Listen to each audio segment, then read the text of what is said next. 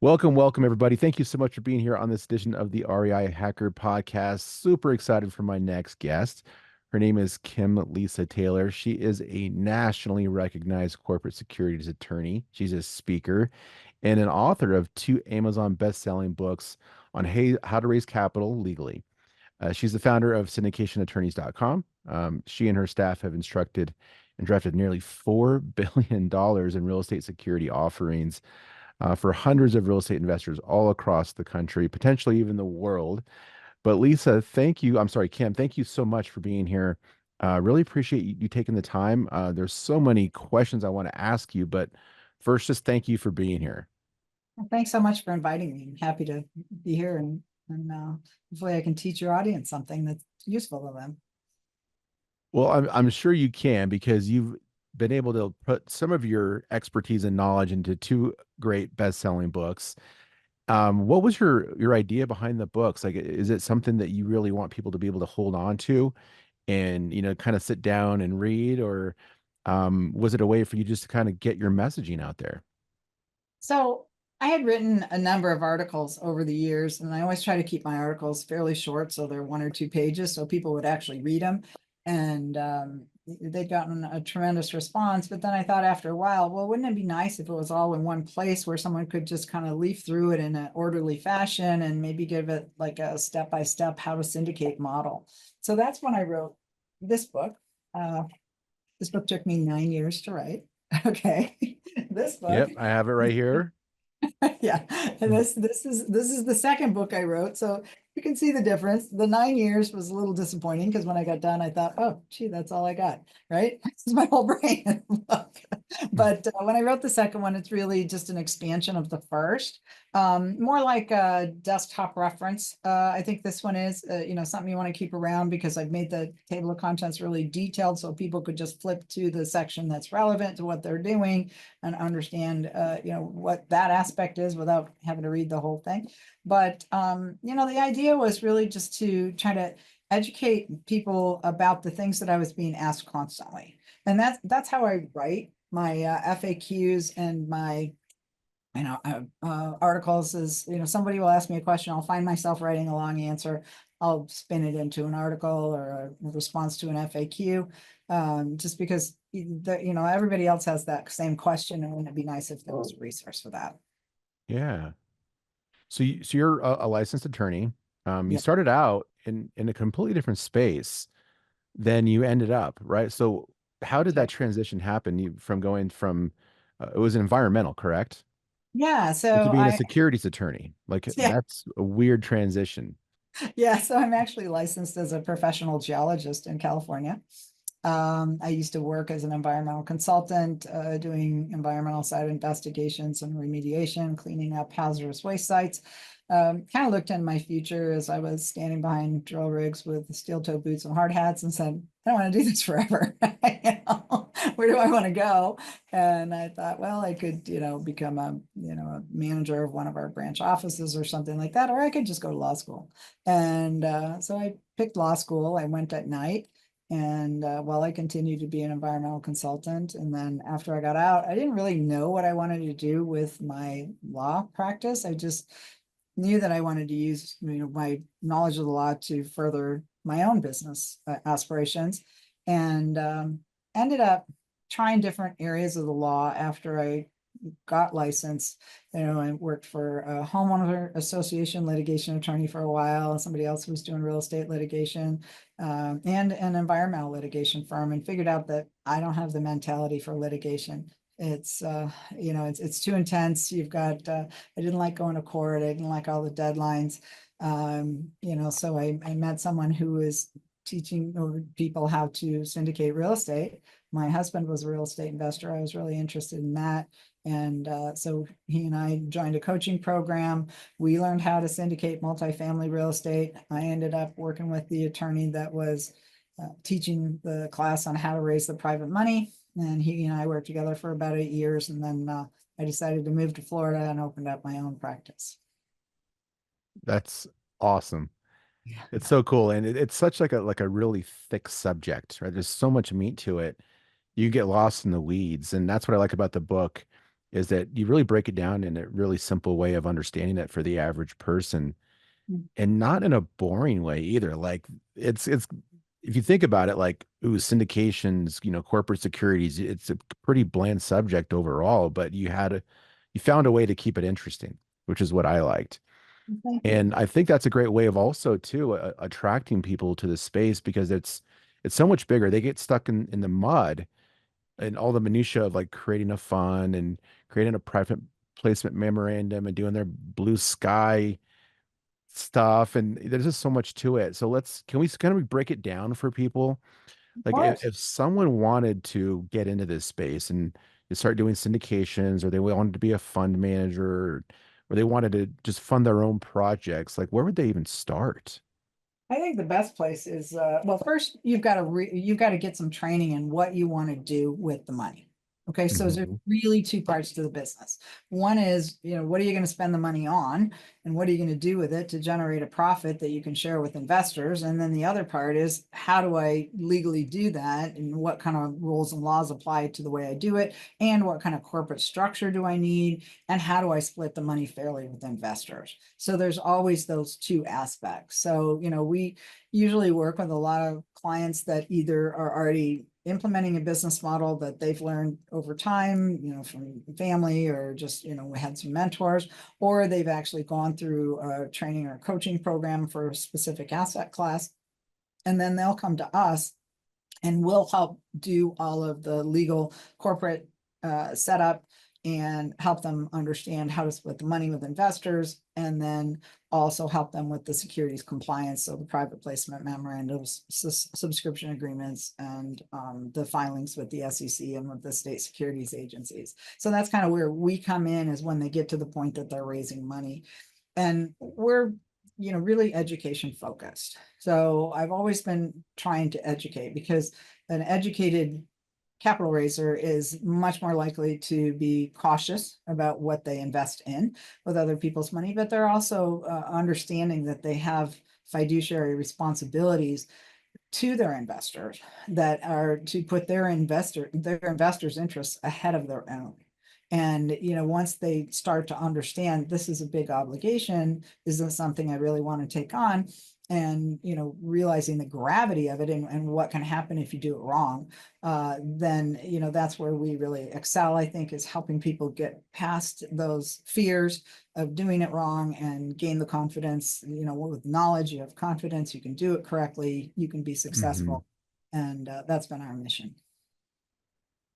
So why would somebody not take the proper steps to do it the right way? Like, are there nefarious things that are happening out there, like with some people who want to raise money and they don't invest the time and money to do it right? Is it because they're lazy, or is it because they have ulterior motives, do you think?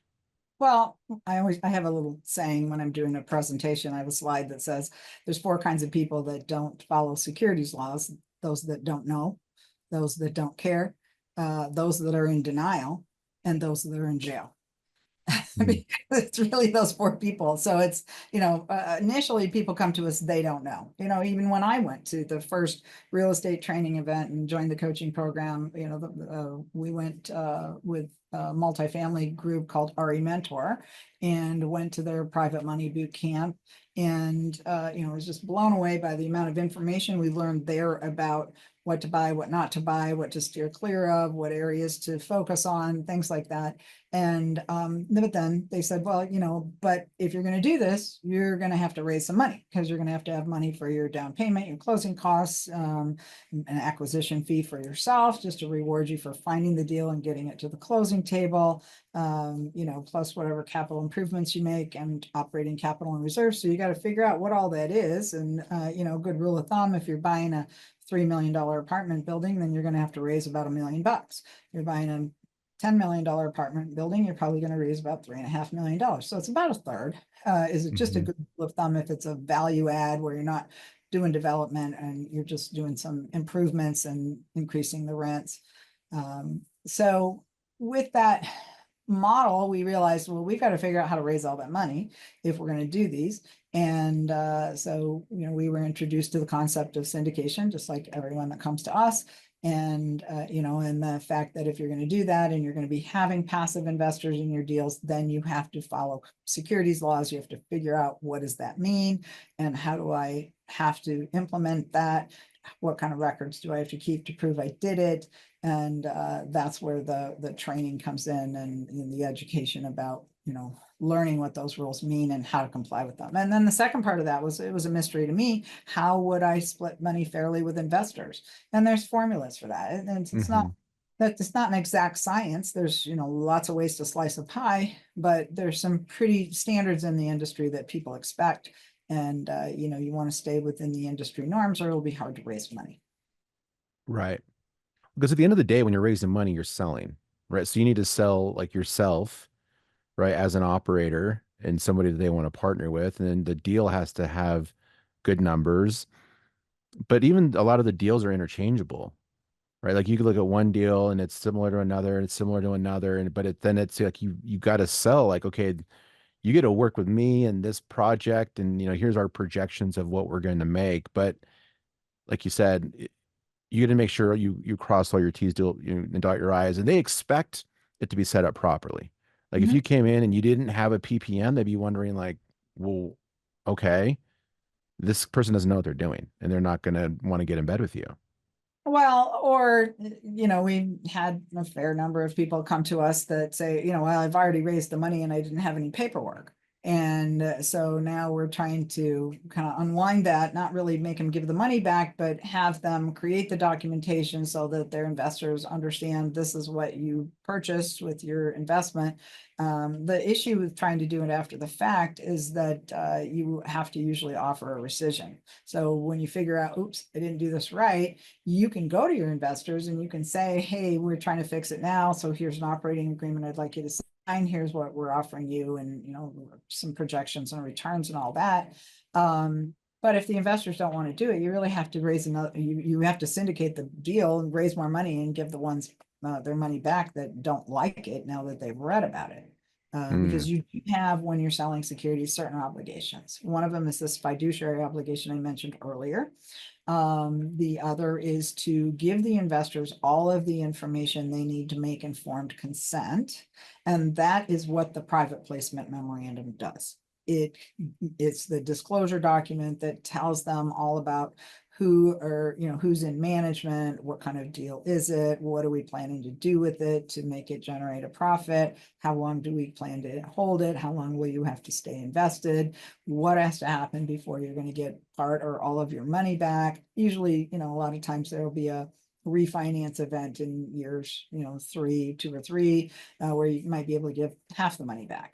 And then, you eventually sell down the road and you give the rest of it back. But within that, there's some cash flow profits that can be split with investors as a return on their original investment. And then there's some equity that's generated from the sale just by improving the property and increasing the cash flow. That increases the value of the property. And now you can sell it for more than what you paid for it, pay down the loan, pay your closing costs for the sale, and you've usually got a big chunk of money back called equity that you can then split with investors.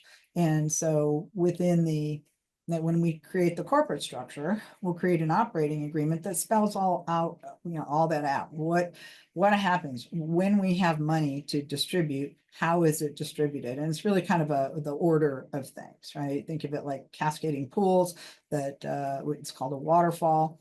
And you go into the first pool first and you disperse funds according to whatever that rules for that pool are. And then if there's money left, you go to the next pool and you go to the next pool until there's no money left.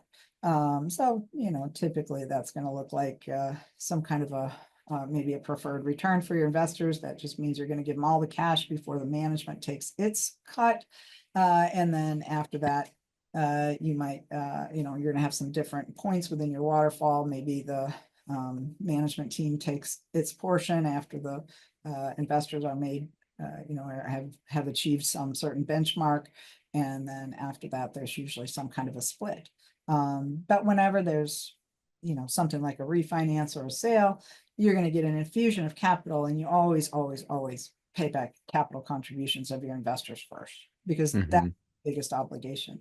So, it's kind of went around a lot of things there, but it's all very intricately intertwined, right? You've got Right. private placement memorandum, the disclosure document, that is an operation when you're raising the money. Then you've got the operating agreement that governs how you run the company once you've raised the money, acquired it, and for the period of time you own it.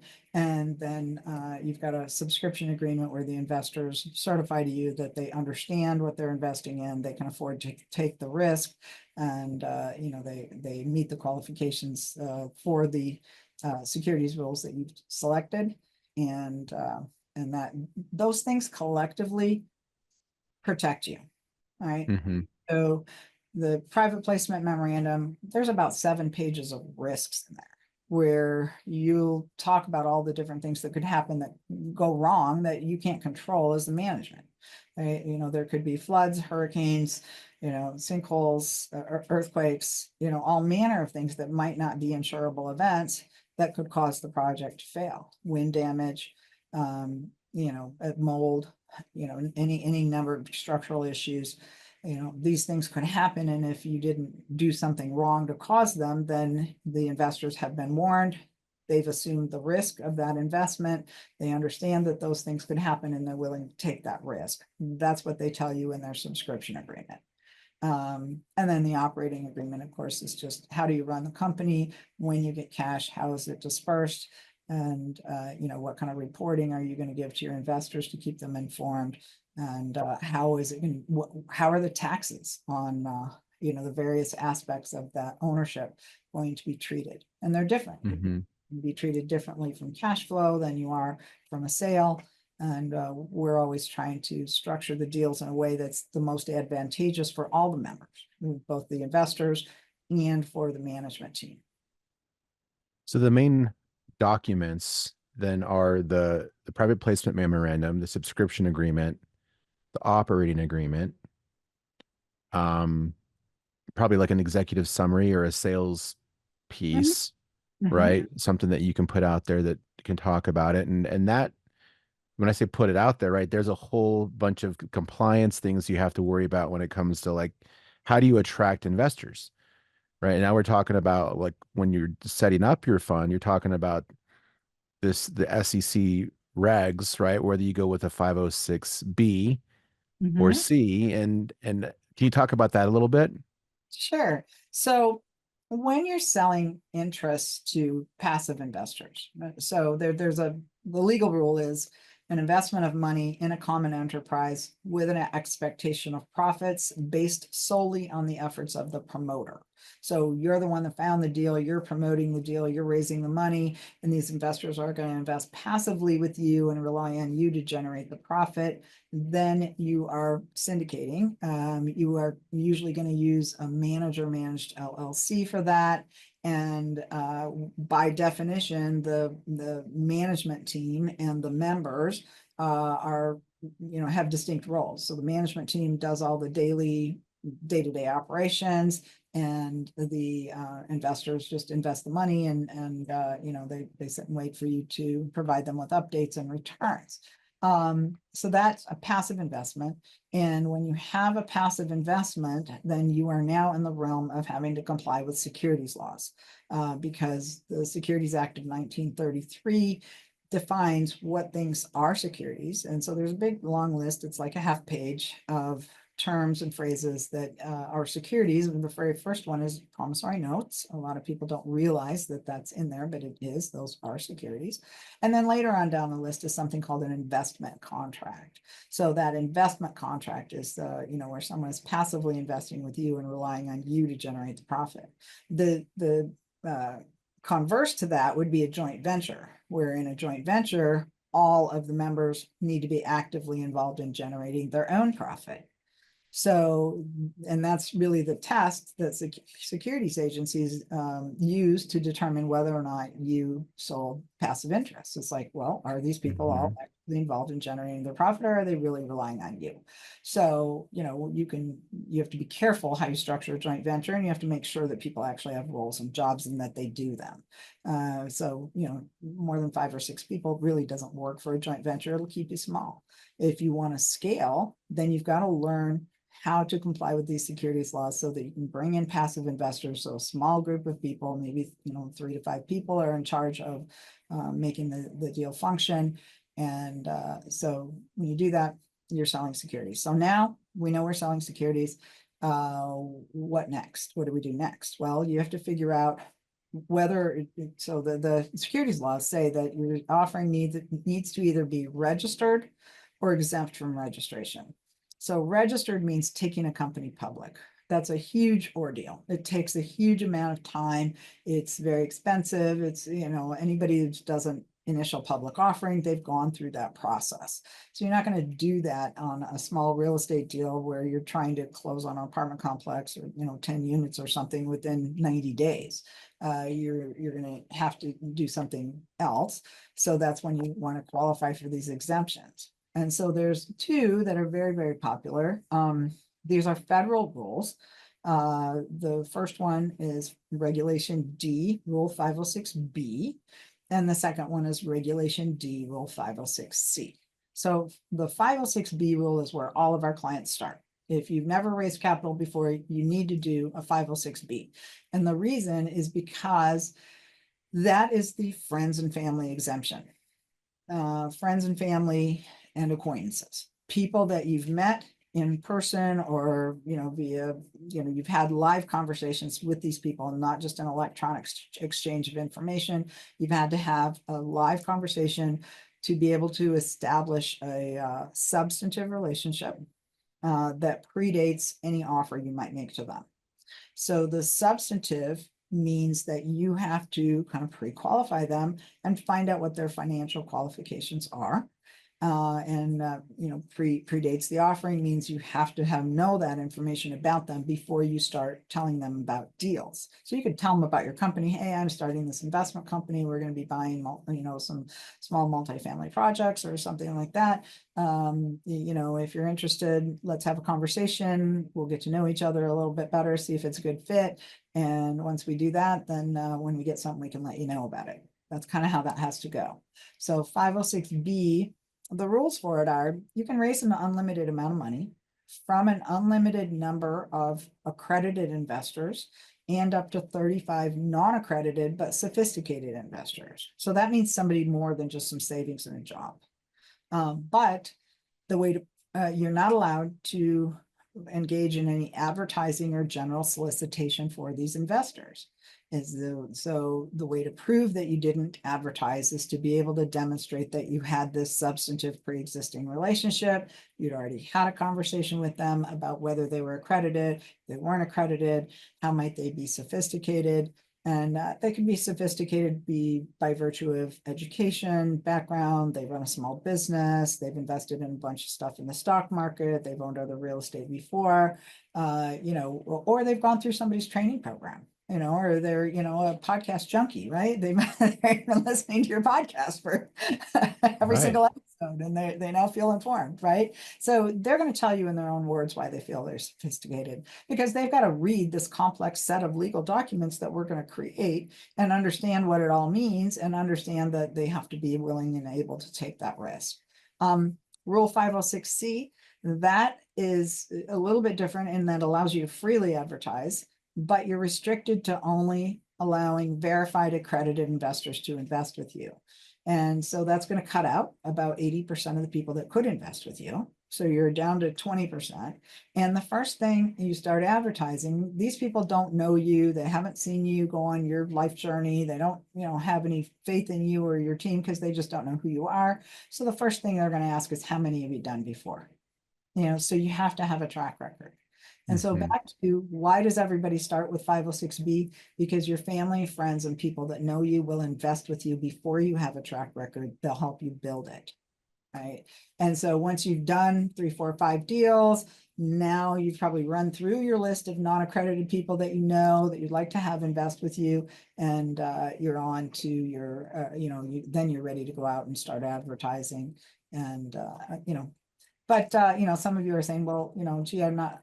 I always get people to say, well, I don't have any friends or family that I want to have invest with me. Well, you need to get different friends, maybe. I understand that one. family, I get that. But you then are going to need to increase your network, right? And so how can you do that? There's this book right here. It was written by a gentleman named Sam Freshman. I read this book early on when I became a securities attorney. It's been out since the 70s. So some of the topics in it are a little bit outdated, but it still has solid advice. But I've interviewed Sam Freshman twice on our podcast, which is called Raise Capital Legally. And I asked Sam, you've been doing this. He was in his 90s when I interviewed him. And I said, you've been doing this for all these years. How much money do you think you've raised? He goes, oh, I don't know, probably $1 billion. I said, well, Wow. how'd you do that, Sam? And he said, oh, I just joined every local event I could, or local group I could, and started showing up every month. Do that for 10 or 20 years. Everybody knows you're the real estate person. And anybody has questions about real estate, they're sending them to you. You're the person that's the expert in that. And, you just got to keep showing up. That's the thing. Because then they know you're not just a fly by night in there to grab their money and run. You're not a scammer. You're in there, in the trenches, making a living right alongside them. And they're going to want to invest with you. Those will be your best and most loyal investors, people that you meet locally, that you see on a regular basis, that you socialize with. Those are the people that will invest with you again and again and again. Mm-hmm. Yeah, it's a good point. I like that you took it this direction too, because this is something I wanted to talk to you about. Is that, when people are starting out, right? It's a natural progression in my mind to start off with the friends and family, because they would, invest with you because they trust you and they want, to get involved with what you're doing. And a lot of people don't talk about their real estate business. They're kind of ashamed of it, but like you got to tell people what you're up to. And a lot of people don't talk about it as well because they don't have any, meaningful success that they're proud of talking about. So they're still kind of like, doing stuff behind the scenes until like they feel comfortable and they're proud of it. But really, you just got to get it out there, right? Because a lot of it too, for people who fail in real estate, it's just a lot of times it's because they didn't hold themselves accountable to do the things they said that they were going to do.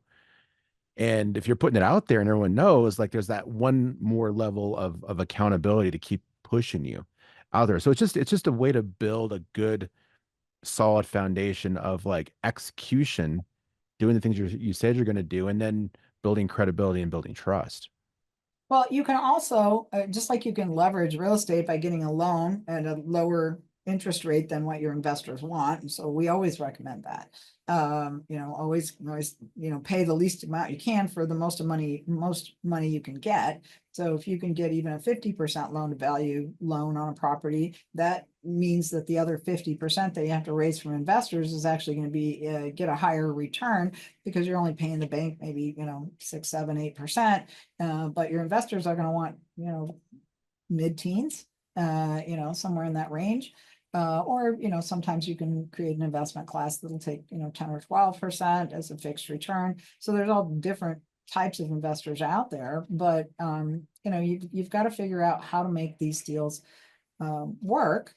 And so you can leverage money to do a deal, but you can also leverage off other people's experience. So that's what I did when I became a securities attorney. I met a securities attorney who was teaching people how to syndicate, and he was a solo practitioner at the time. When I met him, he was speaking on stage in front of 300 people who wanted to be syndicators, and I went up and introduced myself. Hey, look, I work for other attorneys, and love to work with you.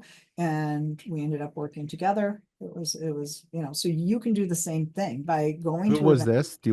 Can you say the person's name? It's Gene Trowbridge. Gene Trowbridge. Okay. He's a force in this field also. And Gene was my mentor. So if you can find a mentor, that's fantastic, because now when I went out and talked to people, it's like, hey, we created a firm, I work for Trowbridge and Taylor, my partner is Gene Trowbridge. I was instantly, more credible because of my association with somebody who knew what they were doing. And, it took me a few years to, like you said, this is a very complex area of the law. It took me several years to get to where I was comfortable and confident to be able to talk to clients by myself and to structure their deals on my own. So, you can do the same thing. Find a mentor. All of our clients that scale their businesses start with a coach. They all do. For your first 2, 3, 4 deals, either a coach or a mentor. You really need that, because otherwise, you are going to kind of flail around and you might make some mistakes. And the last thing you want to do is make $100,000 mistakes with other people's money and then not be able to give them their money back. Really disheartening. Your spouse is going to be really anxious and, thinking about maybe this isn't a good idea. So, if you can put yourself in the hands of some people that have done it before, you don't have to forge ahead by yourself. You get to learn the ropes from them. Then you can branch off, do your own. You mentioned earlier that you'd gone to an event where they were talking about, raising money to get into other people's deals. So that's called a co-GP model, right? So you Mhm. can go partner with other people who have deals, but don't have the ability to raise all the money by themselves. But the key to all of this, there is one key to all of it. And that is, number one, you have to like talking to people. And number two, you have to create a database of pre-vetted investors. So you've got to create some systems, understand what it means to pre-vet these people. That was the substantive relationship we talked about earlier. You've got to get out there and meet people, get their contact information, and then follow up with them later, pre-vet them, talk to them about their investing goals, whether or not they're comfortable leaving their money in a deal that's going to last, however long you want to keep it, 5 to 7 years, something like that. What kind of returns they're getting now on their current investments. Would they be interested in investing with you in some real estate that could do better? You might have to educate them about the real estate industry. If they have never invested in investment real estate, maybe they don't understand that, look at prices of real estate 100 years ago to today. We've actually done a white paper about that, had our journalist team write a white paper that, clients can access. And the whole point is to educate people about, what does the real estate do? Yes, it goes up, it goes down, it goes up, it goes down, but it keeps going up. It keeps going up. It never goes all the way down to where it was. And so you've just got to ride out these, there's cycles in the market. You've got to learn about the cycles. You've got to learn when it's right to buy, when it's right to sell. And that's where you can get some training and a mentor that can help you understand all of those complexities. I like the idea of that white paper. Is that something that's available through your book? So we do that. Actually, we sell it at our website. If you want to Mhm. use it as a lead magnet, what we'll do is we'll put it into, we'll change the colors, themes, fonts, make it look like your team wrote it, put your bios on it and your contact information on it. You can give it to your Oh, that's potential cool. investors at your website. Yeah. So I think it's a kind of a tremendous tool. It's just to kind of show them contrast between stock market and real estate. And the thing about real estate is you've still got the asset. Even if the price goes down, you still have the asset. If you can ride it out till the price goes Mhm. back up. The people that lose in the real estate market, the people that lost in the last recession, the people that are in trouble now are people who have short maturity dates on their loans. Okay, so that they're caught in a down cycle and they either have to refinance or they have to sell. And, something has happened in the meantime where, the COVID, right? Everything shut down, eviction moratoriums, they couldn't get supplies, they couldn't get construction workers, they couldn't get stuff done. So everything that they thought would be done in 1 or 2 years is taking 2 to 4 years. And so they didn't see the uptick in value that they thought. And at the same time, the interest rates went up. So now all of a sudden, if you're on an adjustable rate mortgage, your interest rates have gone up. They're starting to suck up all the income that you have, and you have nothing left to distribute to investors. You come to the end of that loan. You've got to refinance. Well, the only way you can do it is bring in a bunch more money. And so you can, there's ways you can do that. And there's ways to sweeten the pot for the new investors or even for your existing investors to entice them to put up the money. But you've got to be creative about that. And you have to make sure that they all understand what happened, because the people Mhm. that get angry, the people that sue are the people that weren't informed. That, if you're not transparent, if you're not telling them what's going on with the property, I remember one of my mentors, and I think this was a Dave Lindahl statement. He said, if you have a problem at a property and you don't tell anyone, it's your problem. If you have a problem at the property and you tell everyone, it's everyone's problem. And there's a big difference there because they want to Mm, be informed. They're not going to fault you for things that you couldn't fix. But if you don't keep them informed, then they're going to be afraid that you've wandered off with the money, you're not managing the property appropriately, and you're not keeping them informed because you did something wrong. right.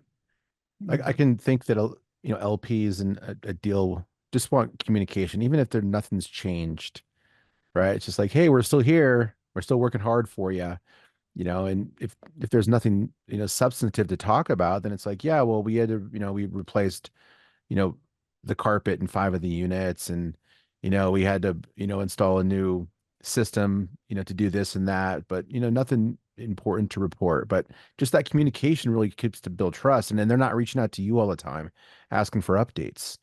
Right. Right. Now That you've there's got that to. whole segment of investor relations where they'll they'll hire people just for investor relations to keep people informed and up Mhm. to date about what's going on with their money. Yeah. Well, and it's become so easy because of, the technology that we now have available to us. It wasn't there when I first started doing this in, 2008. But now, there's investor management platforms where you have everybody, you've got all their contact information in one place, and most of them have some kind of a customer relations management program built into them so that you can disseminate information, whether it's tax returns or K1s or just a status report on what's going on. You have that ability. You can keep track of who invested what. And what if you have 3 or 4 deals? Now you've got, okay, I can look at this deal. This is these people, and maybe some of the same people invested in the second deal, but you're able to keep them all separate, figure out what distributions have been made, who needs tax forms at the end of the year. All of that has become very easy to do with these investor management platforms out there. And there's a number of them have gotten really good over Yeah. the 5, 6 years. Let's talk about deal structure. So we do all our paperwork correctly. We raise our money legally. We get people in the deal, right? And so now we have to want to make sure we structure it properly so they get proceeds, dividends or distributions, and then at the end when there's an influx of cash, whether it's a refinance or it's a sale, they're going to get additional monies. What are some of like the industry standard kind of deal structures that investors are used to or would be interested in? Well, first, it's always driven by what is the overall return on this project going to be? Okay, because you got to start there to figure out, number one, is it even a viable deal? Does it have enough meat on the bone? Is there going to be enough money left over after paying our operating expenses to be able to share some of it with investors during the period of time we own it? And is there, if we project into the future and imagine that we sold it at the same cap rate we bought it, but we've done these improvements, so our net operating income has improved, then, is there going to be enough equity at the end to, pay back the investors after you pay back the bank loan, pay back the investors their original capital contributions, and then have something left. So you've got to start with what is the overall return? What is all the distributable cash? So that's distributable cash is a term we use, which just means cash left over after paying operating expenses and debt service and withholding sufficient operating capital and reserves. And that's a decision that the management team is going to make. And so you're going to say, okay, this is how much we've got to distribute this time. And then you're going to go to the waterfall and you're going to figure out, okay, who gets what? Is it a straight 70-30 split? We get 70% of that to investors, 30% to us, or maybe if they're not going to achieve that benchmark we wanted them to have for the year, are we going to give them all of ours, maybe preserve our right to catch that up later and to make ourselves whole? So, there's all these different models that you can use. Some people prefer like the preferred return. So again, that just means you're going to give 100% of the cash flow to investors until they hit their benchmark for the year. The benchmark that has been the one that got people to invest for decades has been 8%. 8%. And we see some Mhm. variations on that, 7. Sometimes we'll see people giving out 6, or maybe they'll give out the first couple of years when you just got the property and you're making all the improvements, you haven't had an opportunity to increase rents, maybe the returns are going to be kind of skinny in those years. So maybe there's not enough to pay all the investors that 8%. So maybe you start with smaller, 5%, 6%, up until you get to that point of refinance, and then you can bump it up to 8. So there's a lot of different strategies there. Straight split model, you can have a preferred return. The one I don't recommend is something called a preferred return and then a split. Okay, so there's straight split, meaning everything we get split 70-30. Okay. And I'm just pulling 70-30 out because that in the current market and for the last several years has been pretty much the common split. If you really huge deals like, $10 million and above, you might be doing 80-20 splits, but in the lower range, you're probably doing that, trying to achieve that 70-30 split. But you got to start with what is the overall project, because once you know what the overall annualized return is, combination of all that distributable cash you had left from cash flow, plus the equity from sale after you give the investors their money back, whatever's left after that, add that all together, divide it out over the years that you've had the project, okay, and then take those dollars, okay, so that's going to give you average annual dollars per year, and then divide those dollars by the original cash investment. So you put in $1 million, what does that equate to as a percentage return on that investment? So you're trying to calculate your percentage return. So that's your average annualized return. Well, once you determine that, then okay, if it's a 12% average annualized return for the overall project, before I start thinking about what investors get, what we get, maybe it's not good enough. Maybe the deal is too, the price is too high, is what that means, right? The rewards, the acquisition price. Yeah. So you've got to then think, okay, well, what would I do this deal for? What if it was, you really ideally want to be somewhere around 20% annualized return or more, because then that's going to give you enough. Say you do a 75-25 split, right? Then with a 20% return, you're giving the investors 15, you're keeping 5. And, that deal works. So you've always got to start as, what is the overall return? Is the deal even viable? If it only yielding a 7% return for the entire time you own it, it's not worth doing that deal at that price. You could do a lower price that would bump that return, but you can't do it that way. And again, this is the reason you want to use bank leverage, because if you try to figure this out for an all cash deal, you're probably going to get those very low returns. If you try to then leverage that by putting in a bank loan for a portion of it at a much lower interest rate than what you're paying your investors, all of a sudden that bumps up the amount that's left to get those investors into the range where they want to be. And then they'll invest with you. So really just trying to figure that out. So the basic model, straight split, a preferred return to investors, and then a split, which is not the model I recommend. The model I recommend, if you can either do the straight split or you can do the preferred return, catch-up distribution for your management team, and then a split. Anybody who wants to know more about that, there's an article on our website. So if you go to syndicationattorneys.com, there's a resources tab, and under the resources, there's probably almost 100 articles and about another 100 frequently asked questions. But, and then we are actually just coming up, our next podcast episode is going to be our 100th episode. Congratulations. That's cool. Yeah. So we're super excited about that. But anyway, when you touch that resources tab, you're going to get a search bar. So put in catch up, the word catch up. So there's an article called Class B Catch-Up Distributions Explained. And when we structure deals, we usually create Class A is for all cash paying investors. Class B is for the management team. And that's how we're going to split profits. There's a separate management entity that's going to earn fees. And so that's a separate LLC that houses the members of your management team. Those are usually the same as the Class B members. So, we want your profit splits are going to be probably the same as your management splits amongst the management team, but we want them titled differently for tax purposes because they're taxed differently. So that's part of the structure that we try to teach people, again, trying to make sure that everybody's getting treated the best possible way for tax purposes is to make sure that we separate things that are going to get taxed at ordinary income rates, plus self-employment tax, from things that can be taxed at capital gains rates on sale.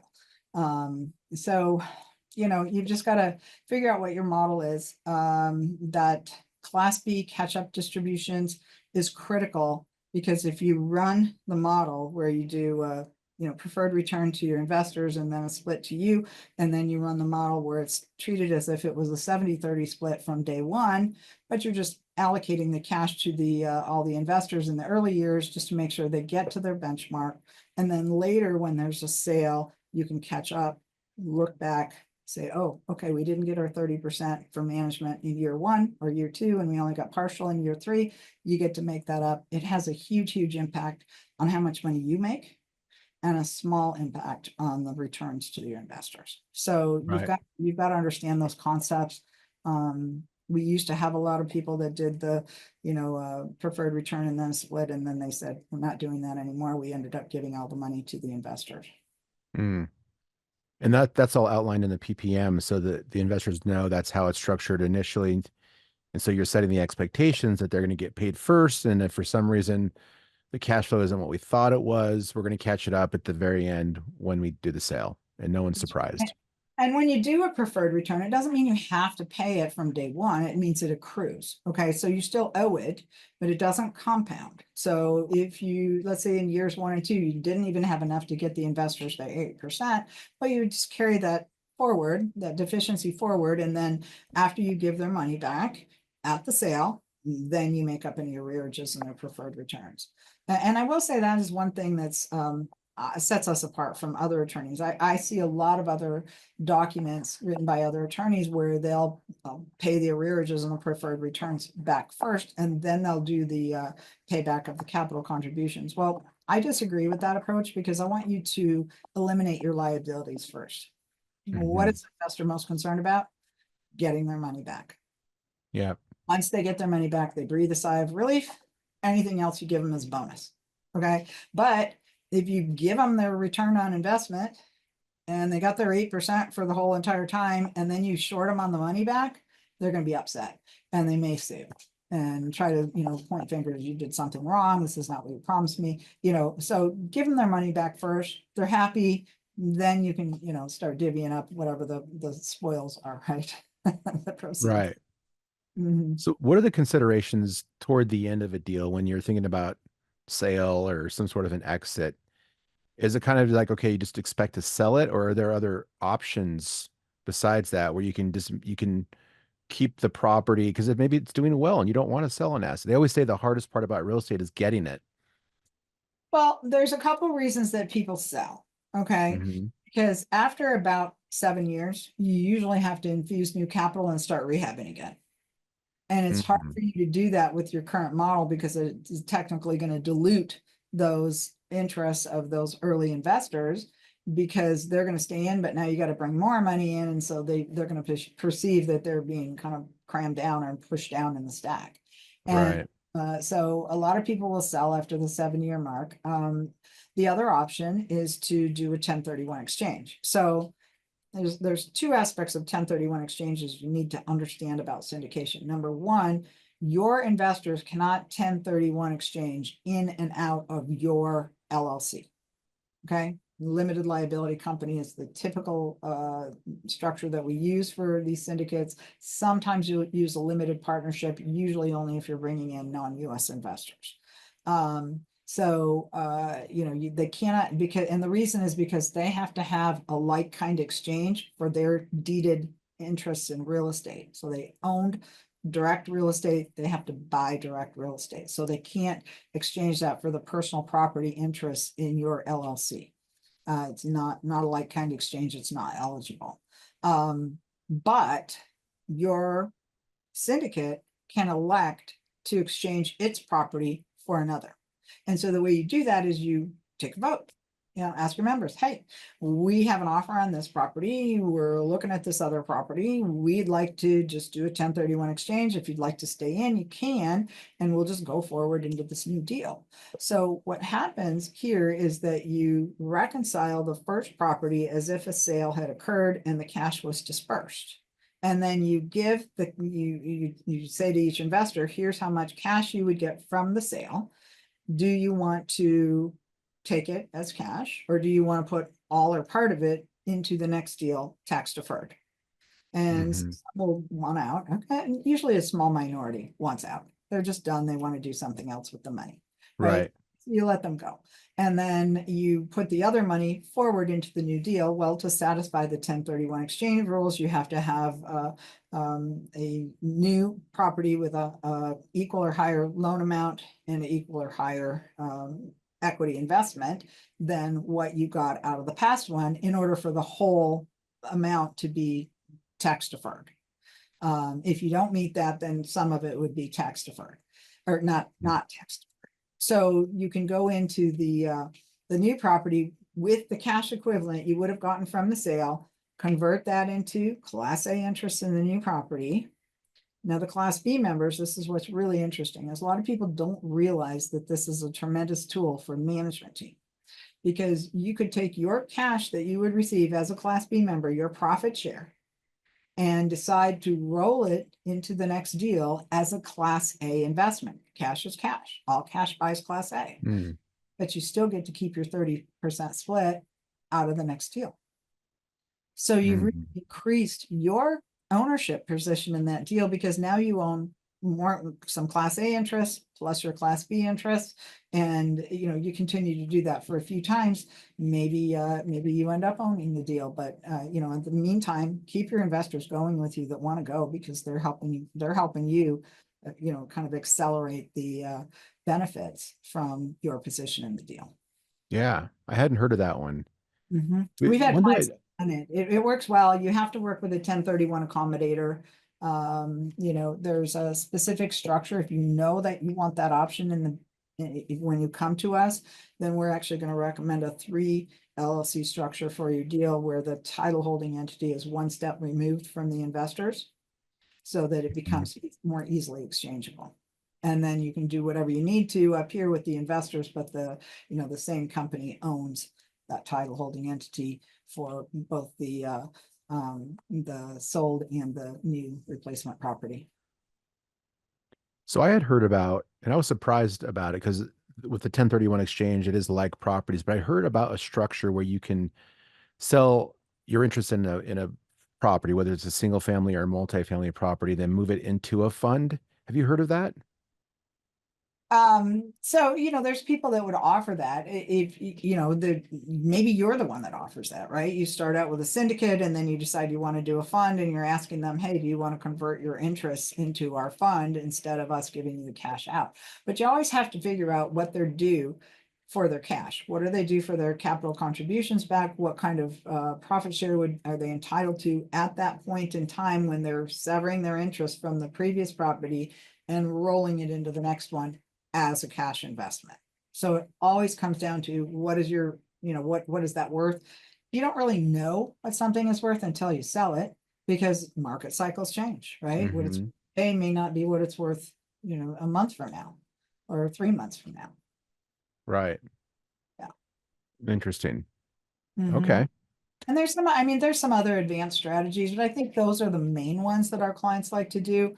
There's all kinds of craziness that people get into about trying to do 1031 exchanges with their investors. But the main thing that I think your audience needs to understand about 1031 is, if you want to be a syndicator, the reason that you're doing it typically is because there's about 12 different ways you can make money as a syndicator, and legally, and for your hard work and all your efforts, and for all the dollars that you spend getting trained on how to do it, and mentors and all that stuff, you can get a healthy reward for having done it.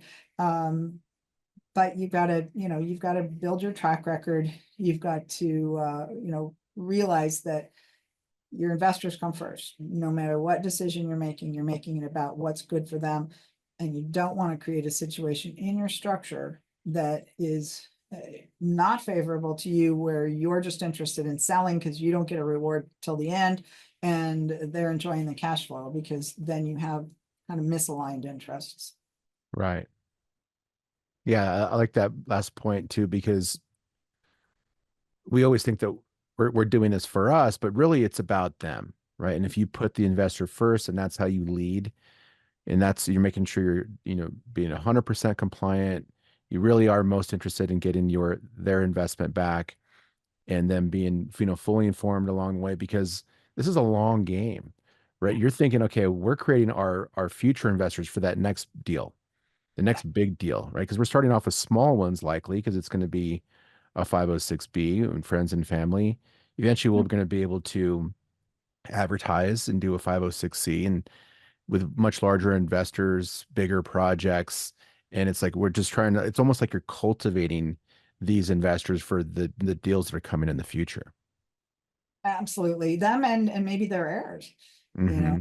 Hmm. And there are some forever hold models, but they're not what most clients do for the reasons I said before. You usually have to infuse more capital at some point. Sam Freshman's model was, hey, we pay off our debt and we own the property free and clear, and we continue to split the money with our investors forever. Wow. That's a goal model. Yep. Then it can work. And in that case, then people are bequeathing their interests to their heirs. And he even said some of our investors are grandkids of the original investors, but nobody wants out because they're continuing to get money forever. Right. Mhm. That's pretty amazing. Yeah. Well, we So covered a lot today, Kim, yeah. a lot. So there's so much more to learn, right? So they can go to syndicationattorneys.com Yep. to There's a read your articles and get access to your books, right? There's a free book tab when you get there.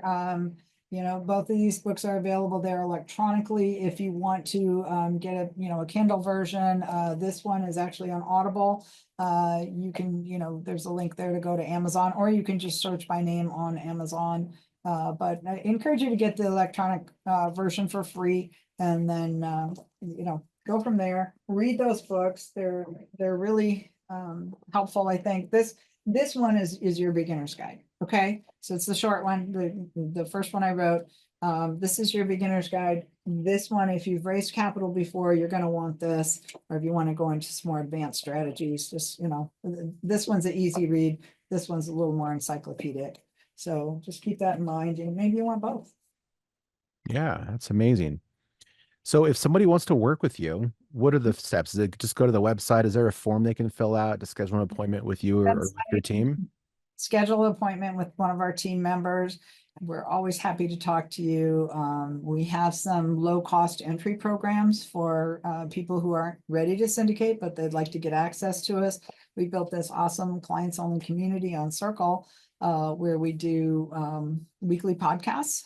No, actually not podcast masterminds. So we do weekly masterminds. Always one of our attorneys is leading that call.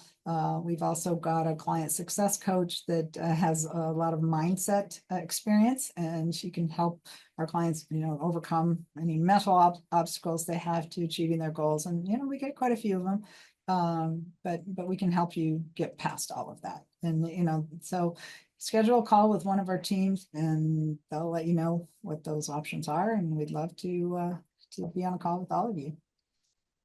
Amazing. Well, thanks again for taking the time. I learned a ton, so much valuable information today. We got way deeper in the weeds than I thought we were going to go into, but it was such good information. Like you explained it so well. I mean, thank you so much for taking the time.